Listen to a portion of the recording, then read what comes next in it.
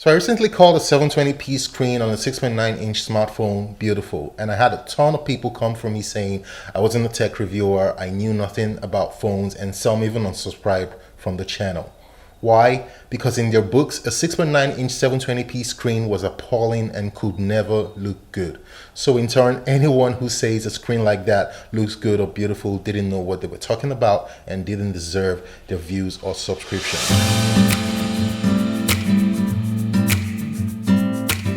As a phone reviewer, I've used a good number of phones with different screen sizes and specifications, and I have over the years realized that the numbers don't always matter.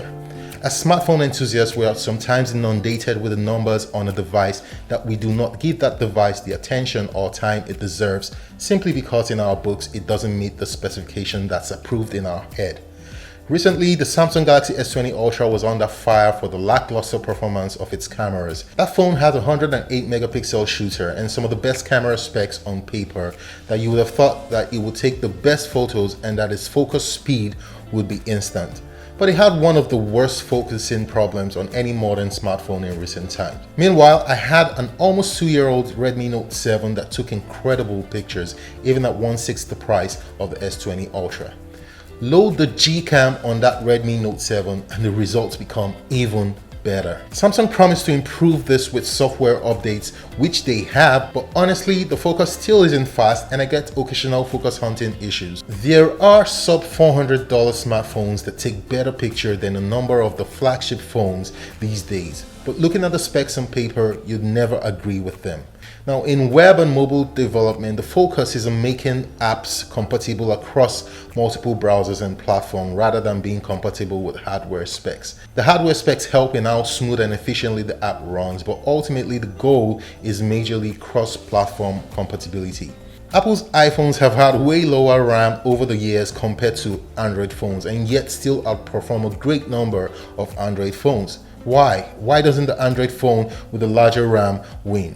The keyword here is optimization. iOS has been so optimized to work with the hardware found in iPhones that they become very efficient. This optimization can also be applied to a supposedly crappy device with disappointing specs, allowing that device to perform optimally to the best of its ability. I have used some low-end Xiaomi phones and they run way smoother than some more expensive Android phones that have lackluster optimization.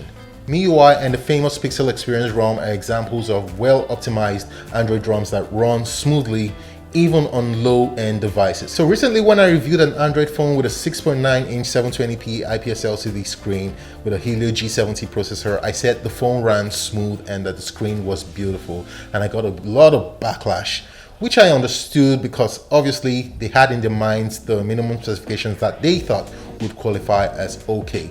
Meanwhile, they had neither seen the phone or had hands-on time with the device.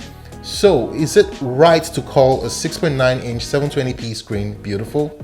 Yes, if the colors are accurate, if it's well calibrated, and the screen looks good to the human eye, to your eye, then yes, you can call that screen beautiful or gorgeous. That's your perspective.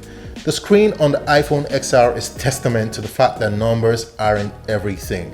Jonathan Morrison, a popular US-based YouTuber, debunked this misconception when everyone in one of his YouTube videos picked the supposedly crappy iPhone XR sub 1080p screen over an actual 1080p screen. I mean, no one picked the higher resolution 1080p screen as the better screen. They all thought that the iPhone screen looked better. One's Android, one's iOS. I'm thinking this one's iPhone. Yeah, this one might be the Android. This is the 10R? Huh. Optimization, guys.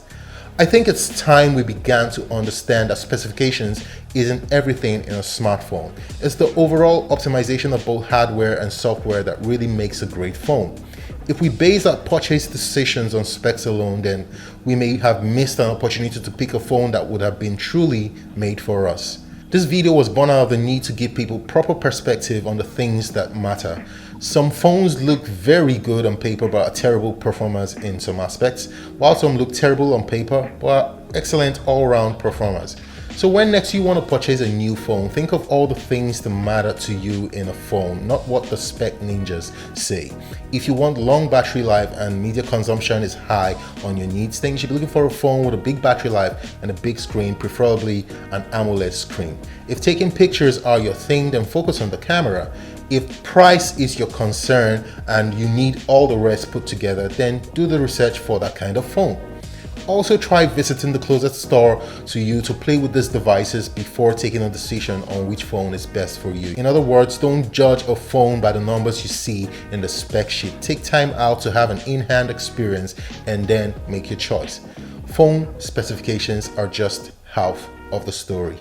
I hope this video was worth it, and I hope it also helps you determine what features in a smartphone you need the most. If it did, a sub would be most welcome.